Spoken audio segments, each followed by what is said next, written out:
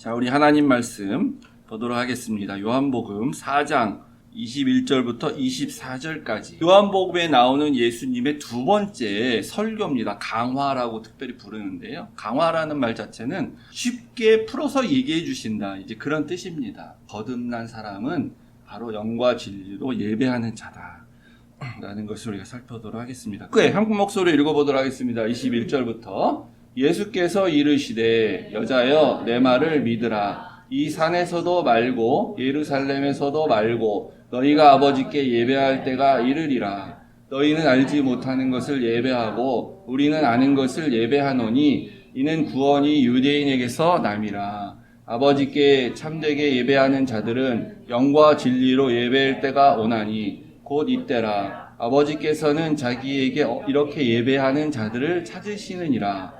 하나님은 영이시니 예배하는 자가 영과 진리로 예배할지니라. 아멘. 하나님 아버지, 이 시간도 성령님 우리 함께하여 주셔서 우리가 꼭 깨달아야 되는 하나님의 말씀을 깨닫고 우리의 예배가 말씀 중심이며 그리스도의 중심의 예배가 되게 하여 주시옵소서. 그래서 읽은 본문과 같이 우리가 영과 진리로서 드리는 예배가 되어서 하나님 기뻐 받으시고 하나님 찾으신다고 하셨사오니 바로 하나님 우리가 여기 있사옵니다라고 고백하는 그런 예배 되게 하여 주시옵소서. 예수님 이름으로 기도했습니다. 아멘. 4장까지 요한복음 전체 21장 중에 4장까지는 이제 앞에 부분인데요. 뒤가 어떻게 될 것인지를 이렇게 미리 보여주는 그런 축약판 같은 거라고 좀 얘기해 볼 수 있습니다. 그래서 잠깐 좀 정리를 할 필요가 있는데 우리는 이 4장에서 우리 두 가지의 기적, 이제 의미가 있는 기적이라고 해서 표적이란 걸 두 개를 보게 되었습니다. 뭐였냐면은 이제 2장에 나온 첫 번째 물이 포도주가 되는 그런 이제 표적을 봤죠. 그래서 그 결과 제자들이 이제 믿었다라고 성경 말하고 있습니다. 그 표적을 보고 믿지 않는 사람들은 그냥 놀라더라, 기이하게 여기더라 이렇게 되는데 그 표적을 보고 믿었다는 건 그 표적을 일으키신 그분 예수님을 믿었다라는 거예요. 그게 이제 표적의 의미입니다. 표적이 원하는 것이고. 근데 이제 두 번째 표적은 왕의 신하의 아들을 이제 그 병든 신하의 아들을 고치시는 거예요. 근데 이게 똑같이 가나라는 그 장소에서 있었어요. 그리고 여기에서 이제 공통점이 말씀을 하셨다는 거예요. 말씀. 그러니까 기적인데 표적이긴 한데 말씀으로 그걸 일으키셨다는 게 중요한 거예요. 그래서 이후에 이 중심이 말씀으로 갈 거다라는 걸 예상할 수 있는데, 그래서 요한복음 뒤로 갈수록 예수님의 설교가 계속해서 길어집니다. 그래서 이 두 표적은 사실은 공통적인 똑같은 표적이에요. 그걸 이렇게 양쪽에 있고 이 쌍으로 있으면서 중간에 이제 4개의 에피소드가 나오게 됩니다.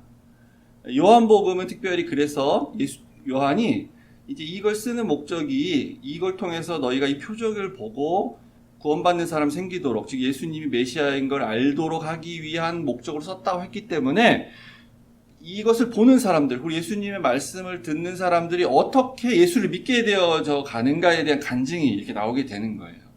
그래서 일부러 계속 빛과 어둠을 요한은 대조시켰고요. 빛에 있는 사람, 어둠에 있는 사람. 그래서 이 에피소드가 바로 그 사람들에 대한 얘기인데, 첫 번째 나오는 게 이제 예수님이 성전에 가셔서 성전을 깨끗하게 정화하는 사건이 나오는데 거기에 유대인들의 반응이 나와요. 그 다음에 두 번째 에피소드가 이제 밤에 찾아온 니고데모와의 대화입니다. 밤을 강조하는 거예요. 어둠 가운데 있는 니고데모라는 거예요. 이 사람 구원 못 받은 사람이에요, 아직. 유대 최고의 율법 학자임에도 불구하고 구원받지 못한 사람. 실제 이제 시간적으로 밤에 왔고 남의 시선을 피해서, 요한이 일부러 이렇게 쓰는 것은 상징적 의미에서 있어요. 그래서 그 다음에 이제 니고데모에게 그 거듭나는 게 뭔지를 더 잘 설명해 주려고 설교를 하시게 돼요. 세 번째 에피소드가 이제 세례 요한이 나와서 나는 메시아가 아니다, 내 뒤에 오는 사람이 메시아다, 이제 뭐 이런 증언이 있는데 그걸 소개합니다. 그리고 이제 네 번째 에피소드가 우리가 오늘 좀 보려고 하는 낮에 만난 사마리아 여인이에요. 낮에 만난 사마리아 여인. 이 여진도 실제 낮에 왔어요. 시간적으로. 한낮 땡볕에. 왜냐하면 남들의 좀 시선을 피하고 싶어서 그렇다고 우리가 보통 보는데 근데 낮에 왔다는 걸 강조하고 대조시키죠. 니고데모와 함께. 이 여자는 낮에 오기도 했지만 결과적으로 낮에 속한 여자가 되게 돼요. 그래서 이제 두 번째 예수님의 설교가 있게 됩니다. 그래서 이 네 명을 이렇게 나오는데 이걸 다른 각도에서 보면 그래서 이래요. 실제 유대인들은 어떤 상태냐면 지금 캄캄한 완전히 암흑 가운데 어둠 가운데 있는 사람들이 이 사람들이 율법에 매여 있는 그냥 율법으로 구원받을 수밖에 없다라고 생각하는 사람들.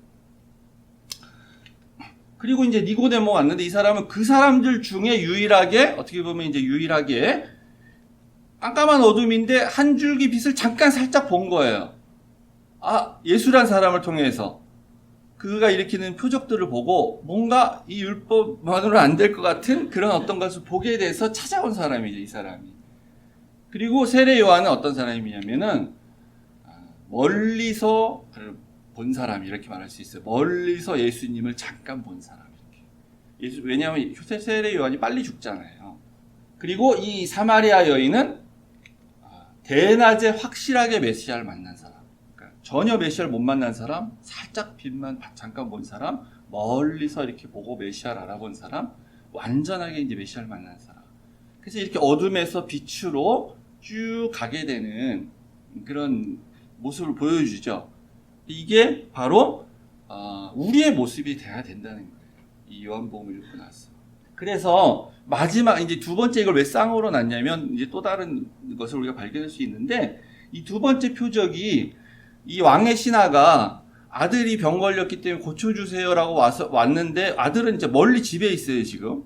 근데 예수님이 내가 같이 갈 필요 없다 너랑. 내가 지금 나라고 명령을 했다. 네 아들은 낫을 거다라고 말해서 그걸 믿고 집으로 가게 되죠. 보지 못했어요 아직. 무슨 그 시대에 전화가 있었던 것도 물론 당연히 아니고 아들이 정말 낫는지 안 낫는지 알 수가 없어요. 이 예수란 사람이 그냥 의례적으로 상투적인 말을 한 건지 헛소리를 한 건지 알 수가 없어요. 근데 믿고 갔어요. 그러니까 그 시간은 계속 어떻게 보면 어둠 가운데 있는 것 같은 시간이에요 사실은. 근데 믿어요. 계속 가는 거예요. 그래서 우리랑도 비슷하죠. 우리도 믿는데 가다 보면 어둠 속에 계속 있는 것 같은 느낌이 있잖아요. 그러다가 이제 종들을 딱 만나서 당신 아들이 낫습니다 라는 소식을 들었을 때 이제 한 줄기 빛을 보게 되는 거죠. 이분이 정말 메시아구나 라는. 그리고 집에 갔을 때 이제 완전히 그 아들이 나아져 있는 걸 보게 되겠죠. 그래서 믿음은 지속적이어야 돼요. 연속성이 있어야 돼요. 어둠 가운데 있지만 계속 믿으면서 가야 돼요. 가다가 뭐 약간 의심 좀 들 수도 약간 있겠죠. 정말 낫을까? 이런 말을 들을 수도 있겠죠. 근데 그 정도 괜찮고, 우리도 인생 가운데 믿음 생활하다가, 하나님 정말 계신가? 이런 생각 약간 들 수도 있잖아요. 그렇지만 길게 보면, 전체로 보면, 정말 믿어야 되는 거죠. 중단을 하면 안 돼요, 그래서. 믿음 생활 옛날에 잘했다가 중단하는 거. 왕년에 나는 옛날에 뭐 이런 얘기 이렇게 교회에서 그런 얘기하는 거 제일 부끄러운 얘기. 그러면 안 돼요. 끝까지 가야 된다는 거예요. 끝까지. 사마리아 여인이야말로 우리가 본 것처럼 확실하게 메시아를 만나고 영생을 얻은 사람입니다. 그래서 이 사마리아 여인이 어떻게 보면 우리의 롤 모델이에요. 사실은 우리가 정말 배워야 되는 롤 모델. 여기서 이제 우리가 사마리아에 대해서 간단하게만 잠깐 보겠습니다. 사마리아라는 게 성경에 자주 나오기 때문에 사마리아가 도대체 어떤 곳이길래 사마리아 여인이라고 자꾸 그러고 사마리아 그러나 그리고 우리 읽진 않았는데 여기 이제 9절에 보면 유대인은 사마리아인과 상종하지 않는데 왜 유대인 남자인 당신이 예수님 말하는 거죠. 나한테 물을 달라고 합니까? 이렇게 얘기하죠. 사마리아는 위치가 여기입니다. 이스라엘 지도인데 족이에요. 근데 여기 사마리아가 왜 저렇게 됐냐면은 솔로몬 이후에 나라가 분열이 되죠. 그 남쪽은 유다 왕국, 북쪽은 이스라엘이라는 나라가 되는데 그러다가 BC 722년 경에 북이스라엘이 먼저 멸망을 해요. 아시리아라는 나라에 아시리아라는 제국에 멸망을 당하면서 그 아시리아 혹은 아수르라고 부르는데 여기에 이민족들을 이주시킨 거예요. 이걸 다 직접 와서 통치를 못하니까 옛날 같은 경우에는 인구가 그렇게 안 되거든요. 그래갖고 이 사마리아 지역의 유대인과 이방인들과 또 혹은 완전히 딴 데 살았던 이민족들이 다 섞이게 돼요. 혼혈족이 됩니다. 순수한 유대인이 아니에요. 그래가지고 종교적으로도 이건 완전히 이제 그러니까 뭐가 혼합이 된 거고, 인종적으로도 혼합이 된 거고, 그렇게 이제 쭉 살았는데, 나중에 남쪽 유대가 바벨론에게 또 나중에 멸망을 되고 나서 다 포로로 잡혀갔다가, 많이 잡혀갔다가, 스룹바벨이란 사람 당시에 일부 포로들이 귀환을 해가지고 이제 예루살렘에 다시 성전을 짓게 되거든요. 그때 사마리아에 있는 사람들이 비방을 하고 그랬어요. 방해를 했어요. 그러지 않아도 안 좋은데 그런 역사적 관련이 좀 있고 이래가지고 거의 이렇게 그러니까 완전히 다른 나라처럼 이렇게 살게 돼요. 같은 나라임에도 불구하고. 그러다가 이제 사마리아에서는 자기들은 모세를 믿는 모세도 우리 조상이고 모세와 그리고 아브라함을 믿는 사람이다라고 생각해서 자기 나름대로 하나님을 믿는 백성이라고 생각을 합니다. 그래서 예루살렘에 가서 제사를 드릴 수가 없으니까 자기들이 거기 못 가니까 이 사람들이 상종을 안 한다 그랬잖아요. 그래서 저기 있는 산 중에 하나인 그리심산이라는 곳에 성전을 짓게 됩니다. 예배 드리는 장소로. 그러니까 예루살렘에 갈 필요 없이 너 여기서 드리면 돼. 이렇게 하게 되거든요. 그래서 아주 우리와 일본과의 그 관계 이상으로 아주 서로 안 좋은 관계로 지내게 돼요. 근데 거기에 속한 여자예요. 이 여자가. 이 사마리아 여자. 이름도 이제 말하지 않습니다. 근데 이 여자를 딱 등장시키죠. 밤에 속한 남자, 유대의 최고의 율법 학자였지만 밤에 속한 남자, 그리고 가장 비천한 사마리아인 중에서 거기서도 가장 이제 여자가 또 비천한 거고, 근데 이 여자는 이 뒷부분 보면 알지만 이제 남편이 5명이다 이러면서 하니까 이제 정상적 가정을 또 사는 사람도 아니에요. 비천 중에서도 가장 비천한 사람. 근데 이 여자는 낮에 속한 사람이다라고 이렇게 대조를 시키고 있는데, 그 당시 관점에서 보면 이 여자는 절대로 구원받을 수 없는 사람이에요. 근데 이 여자가 메시아를 만나서 낮에 속한 사람이 된다라는 것을 보여주는 것은 모든 사람이 이제 우리가 그렇게 구원받을 수 있다라는 걸 이제 보여주고 또 유대의 율법주의를 이제 무너뜨리는 그런 얘기를 하는데, 근데 이 여자가 그러니까 이제 우리 모든 인간을 좀 사실은 상징하는 거랑도 비슷하죠. 뭐냐면 이런 거니까 이거 상징인데 갈증이 나서 물길로 온 거잖아요, 지금. 그래서 그 물깃기를 반복을 하지만 그 갈증은 완전히 해소되진 않죠. 그죠? 계속 물을 마셔야만 되는 거죠. 그러니까 마치 계속 우리가 어떤 욕구가 있어서 그것을 채우려고 하고 뭔가를 하지만 결국은 충족을 좀 시켜주는 것 같지만 그 일시적이고 계속해서 공허감과 소외감이 늘 느껴질 수밖에 없는 우리의 인생. 그게 계속 우리 일상에서 반복되는 것 같은 그런 인간의 모습하고 비슷한 거예요, 이게 지금.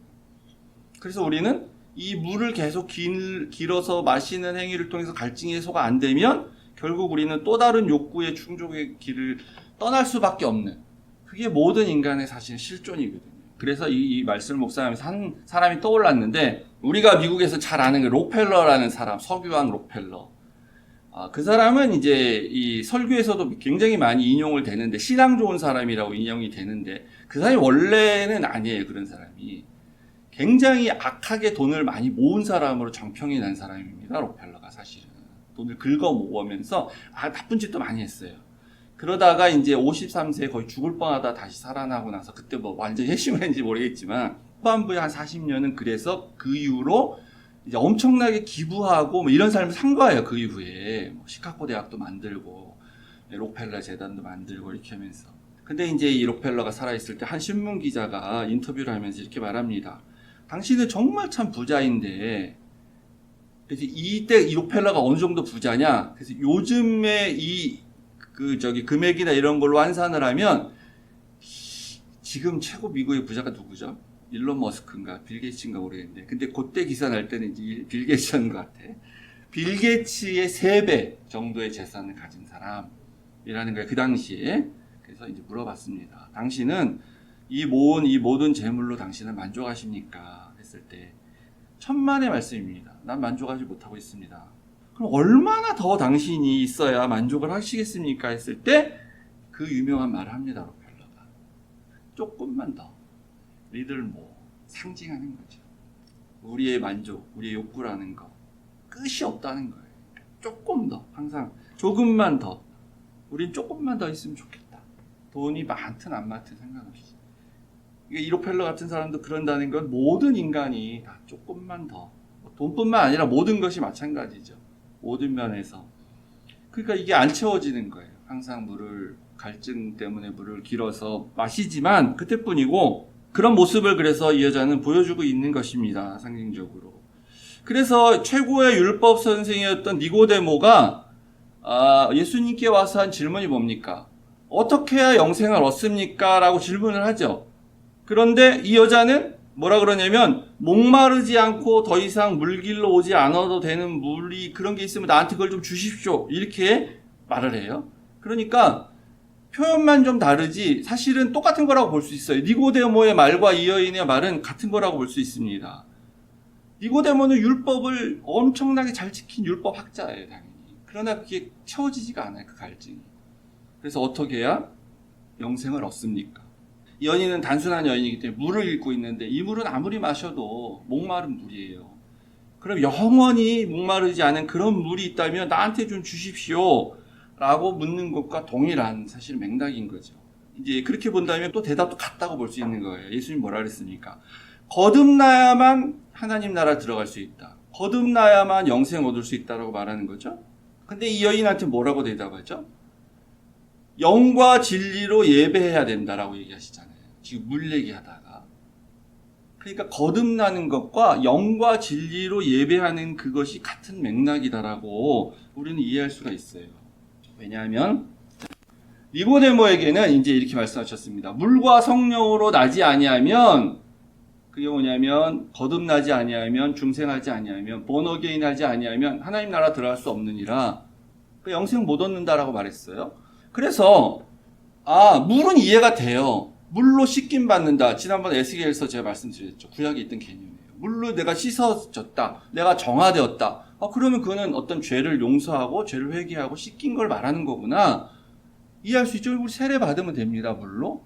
근데 이제 성령, 물로도 났는데 성령으로 나지 않으면 안 된다 했을 때 알 것 같기도 하면서도 모르는 거죠. 사실 성령으로 난다는 게 도대체 뭐야.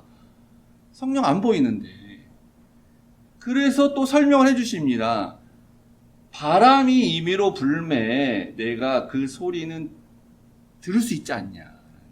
그러니까 이 바람이, 이제 바람을 비유로 썼는데, 그 헬라어에서 이 바람과 성령이 동음이어예요. 퓨누마라는 단어를 씁니다. 바람도 퓨누마, 성령도 퓨누마예요. 그래서 마치 성령의 오고 가심은 바람이 불고 안 불고 하는 것과 같은 그런 이해를 우리가 하게 되는 거예요. 그런 것처럼 성령을 우리가 받거나 하여튼 성령이 오시면 무슨 특별한 현상이 생기는 것 같진 않은데, 그런데 소리는 들린다. 바람 소리 들리죠? 휙 하고. 근데 이 소리가 이제 바람 소리 같은 어떤 현상일 수도 있는데, 우린 여기서 이걸 말씀으로 받아들이는 게 좋아요. 말씀이 소리잖아요. 말이 소리잖아요. 제가 지금 말하는 게 소리잖아요. 성령이 임하시면 하나님의 말씀이 들리는 거예요. 말씀이 임하는 거예요.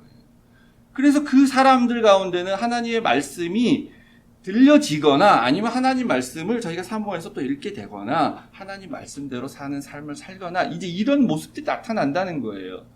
그러니까 성령으로 난 사람들은 거의가 다, 그러니까 전부 다 그러하다. 그러니까 물과 성령으로 거듭난 사람의 첫 번째 특징의 변화, 말씀을 보게 되고 말씀을 들으려고 하고, 성령이 지나갔기 때문에, 성령이 말씀을 하셨기 때문에 그런 반응을 한다는 거죠. 그래도 좀 모호하죠. 예. 알겠는데, 말은 알겠는데 모호하잖아요. 경험해보지 않았으니까. 성령이 지나가서 소리가 난다는 게 뭔가. 근데 그게 이제 이 사람은 율법학자니까 이 정도 얘기해줘도 뭐 나중에 이해했는지 모르겠지만, 이 사마리아 여인한테는 근데 더 정확하게 얘기하지 않습니까? 그래서 다시 태어난 영, 그러니까 거듭난 영혼은, 거듭난 사람은 예배를 드리게 된다는 거예요. 그래서 예배를 드리는 게 내가 성령으로 거듭나는 걸 증명하는 건 아니에요. 그러니까 이걸 순서를 잘 파악하셔야 됩니다. 내가 거듭나진 않았지만 예배 드릴 수 있어요. 그리고 나중에 이제 거듭날 수도 있게 되겠죠. 근데 예배를 드리지 않으면서 나는 거듭난 사람이다라고 말하는 건 성립되지가 않아요. 왜냐하면 다시 태어난 영은 이제 나중에 그 사람이 이제 거듭난 사람인데 이 사마리아 여인한테 얘기할 때 그런 사람들은 참된 예배를 드리는 사람들이 될 것이다라고 얘기를 하고 있기 때문이에요. 그래서 우리가 나는 믿는 사람에 난 예수님도 믿어요. 난 구원받은 확신이 있어요라고 말하면서 예배를 안 드리고 있으면 그거는 성립되지가 않습니다. 그건 모순인 거예요. 물론 일시적으로 그럴 수 있어요. 가끔 교회 가기 싫을 때도 있고 예배 드리는 게 싫을 때도 있고 그럴 수가 있죠. 그러나 그게 아니고 그냥 완전히 이렇게 교회를 떠난 그런 어떤 것. 자기의 인생의 시점에서 어느 순간부터 예배를 드리지 않고 지금도 계속 그런 상태에 있는 그런 사람들.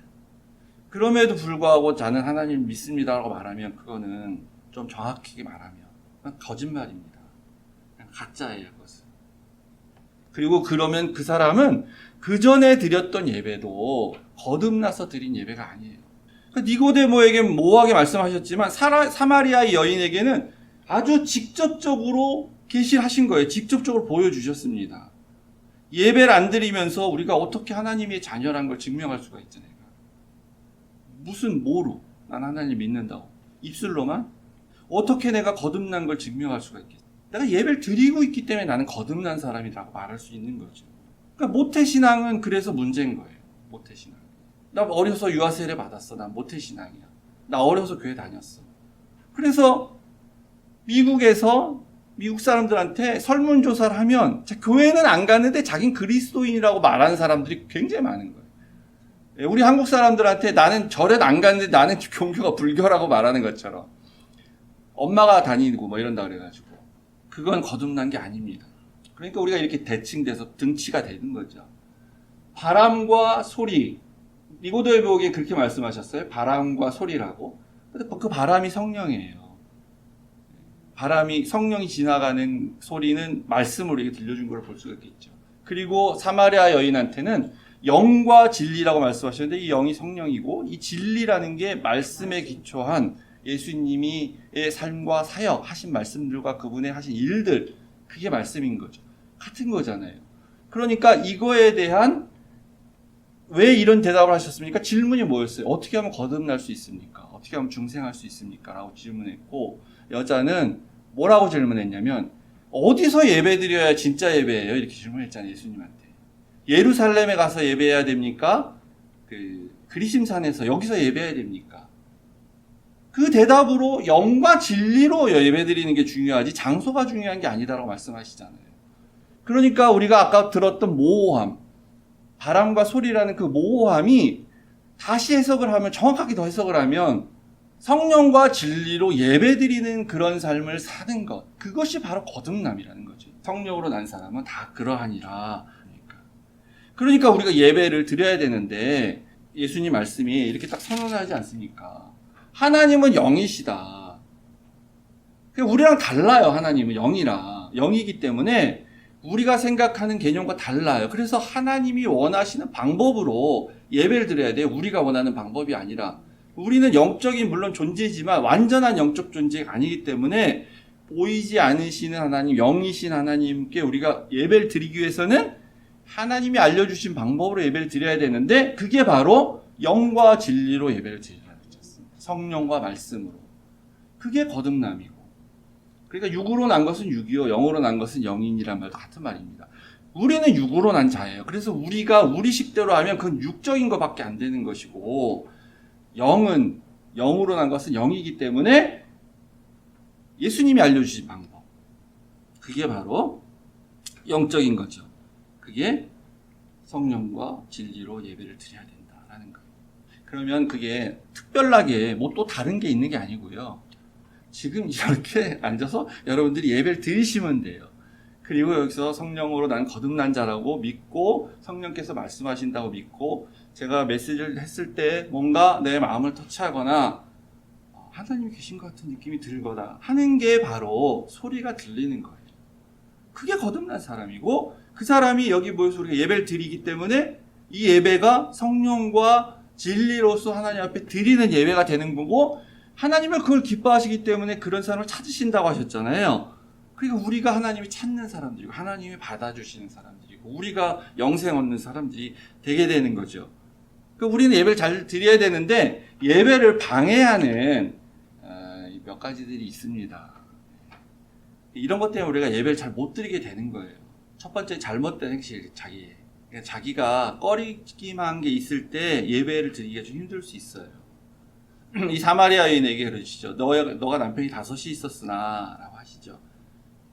부끄러움 때문에.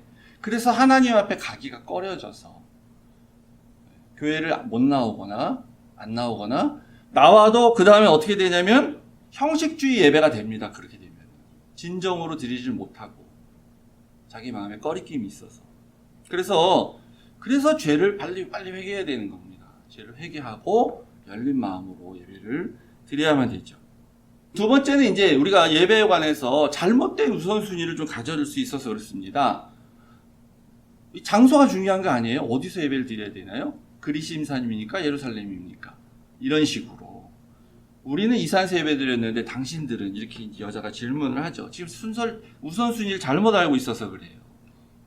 그래서 우리는 예배 순서에 뭐 사도의 신경을 하니 많이 뭐 교동문을 하니 많이 뭐 왜 안 하니 안 하면 안 된다 이런 걸 가지고 다투는 거는 굉장히 잘못된 것입니다. 예배는 뭐 일정한 형식이 물론 있어야 되지만 우리가 다 각자 다른 것처럼 하나님은 영이시기 때문에 우리가 절대적인 어떤 방법이라는 것이 있을 수가 없어요. 영인 하나님께 예배를 드릴 때. 그걸 우리가 알 수가 없잖아요. 그러니까 우리가 최선을 다해서 예배를 드리는 건 어떻게 우리의 영과 우리가 생각하는 성령과 진리를 담아낼 수 있는 방법이냐라고 생각해서 예배 순서를 짜서 이렇게 드리면 돼요. 그래서 뭐 영감 있는 예배 이렇게 하고 교회 성장 세미나 이런 데 가면 막 예배는 우리가 이렇게 드려야 된다고 하면서 이제 저도 한국에 있을 때 가보면 오케스트라가 이쪽에 있어. 일단은 찬양팀이 한 20명 나와. 그러면 그 자체로 감동이지. 막 오케스트라가 막 음악을 막 연주하면서 목사님 설교 잘할 필요도 없어요. 그냥 좋은 말 몇 마디만 해도 막 은혜 되는 것 같아요. 근데 우리가 어떻게 그렇게 지금 여기서 그거를 영감 있는 예배라고 하라고 그러니까 나 정말 그런 교회 담임 목사로 가면할 수 있겠지만 그게 가능한 거예요? 못하죠. 그리고 그게 인적이나 물적 자원으로 가능한 교회라고 할지라도 그렇게까지 할 필요 있나? 인위적인 거잖아요. 거기에다 에너지를 다 쏟아가지고 예를 들면 그런 겁니다. 어떤 형식도 절대적인 게 될 수가 없죠. 그런 예배도 몇 년 드리면 다 똑같은 거예요. 처음에는 감동되지만 우리가 이제 작년까지 카페에서 예배를 드리지 않았었습니까? 그 1월 1일 첫 주부터 이제 이곳에 와서 이제 장소를 옮겨서 예배를 드리게 됐는데 그때 이제 장소를 이렇게 이전하기로 하고 나서 예상치 않은 문제가 생겨서 제가 그 어떤 우리가 왜 이렇게 할 필요가 있는가에 대해서 얘기를 드리지를 못했어요. 할 기회도 없었고. 근데 이제 뭐 대충은 다 아시리라고 생각을 하는데 그런 부분에서도 우리가 장소가 중요한 건 아니에요. 예. 저는 아무 상관이 없어요. 카페에서 예배를 드리든 뭐 야외에서 예배를 드리든 옛날 한국처럼 가만히 깔고 예배를 드리든 좀 불편함은 있을 수 있지만 아무 상관이 없어요. 뭐 오히려 더 좋을 수도 있어요. 교회 이렇게 여기 물론 우리가 이거 시설한 거 아니지만 교회 일을 해놓으려고 다 돈 들어가잖아요. 전부. 그런 면에서 돈 안 들어가고 카페에서 이렇게 있는 공간 사용하면 좋죠. 예. 어떤 사람은 이제 좀 불편한 사람도 있을 수 있지만 저는 좋았어요. 근데 왜 이렇게 옮겨야 하는가, 옮길 수밖에 없는가 하는 그 부분에 대해서 이제 제대로 말씀을 못 드렸는데 장소는 아무 상관이 없는데 그럼 우리는 왜 여기서 예배를 드리냐라는 거에 대해서 제가 말씀을 못 드리겠습니다. 제가 생각하는 이유가 물론 있어요. 근데 그걸로 여러분들을 설득할 수가 없는 거였어요. 제가 3년을 지내면서. 이게 커피 마시면서 이렇게 예배 드리는 게 좋다. 이런 게 이유가 될 수는 없는 거 아니에요. 뭐 좀 더 좀 중요하면서도 거창한 이유가 있어야 되는 거죠. 우리가 왜 이렇게 예배를 드리는가 하는 거에 대해서. 근데 제 생각이 있지만 그걸 말씀을 드릴 수가 없기 때문에 제가 표면적으로 내세울 수밖에 없는 이유는 우리 아직은 우리 이민교회가 이런 카페 이런 분위기는 좀 안 맞고요. 대체적으로 뭐 많은 사람들이 그냥 이렇게 좀 허름해도 이렇게 의자도 있고 이렇게 십자가도 좀 있으면 하여튼 이렇게 있는 데서 예배 드리는 걸 좀 좋아하는 것 같아서 이제 좀 다른 데 가서 예배를 드려야 되겠다라고 제가 그렇게 표면적으로 얘기를 드릴 수밖에 없었던 거죠. 근데 그게 사실 이유 아니에요. 저는 어디서 해도 상관없어요. 세 번째는 이제 잘못된 인식 때문에 우리가 예배를 못 드릴 수 있습니다. 그래서 예수님 그랬습니다. 너희는 도대체 예배를 드린다고 하지만 너희는 알지 못하는 것을 예배하고 있는 거다 지금. 우리가 하나님은 누구신가? 예수님은 어떤 분이신가에 대해서 잘못 알고 있으면 예배 자체가 잘못되겠죠. 인식이 잘못되면.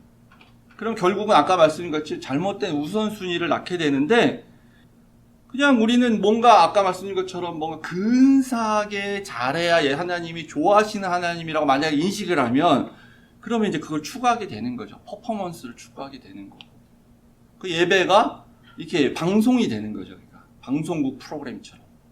딱 정각이 시작해서 딱 정해진 시간에 한 프로그램이 끝나고 한 순서가 딱 끝나고 정각이 딱 끝나고 이렇게 막 무대 뒤로 이렇게 딱 나가야 돼요. 그러니까 예배학에서 그런 것까지도 나와요. 무슨 광고에서도 이렇게 무슨 잠깐의 몇 초 만에 무슨 어떤 틈을 주면 사람들이 딴 생각을 한다 이런 말이 있거든요. 그래서 예배에서도 잠깐의 뭔가 이렇게 틈이 있으면 사람들이 딴 생각을 하기 때문에 안 된다. 그래서 아주 그냥 바로바로 뭔가가 진행되게 하기 위한 그런 예배를 이렇게 하는 게 있어요. 효과는 있겠죠, 당연히. 근데 세상적으로 검증된 거니까. 예배도 물론 효과는 있을 거예요. 집중하는 데 있어서. 그러니까 어떻게 하냐면은 이제 앞에 어떤 사람이 나와서 딱 하면은 이제 불이 싹 꺼졌을 때 이제 이렇게 다른 사람이 바로 뒤에 나와 있는 거예요. 그래서 바로 뭔가 따로 시작한다든가 이렇게 방송국 프로그램 하듯이. 나쁘다고 볼 수는 없는데 할 수 있으면 하면 되게 좋죠.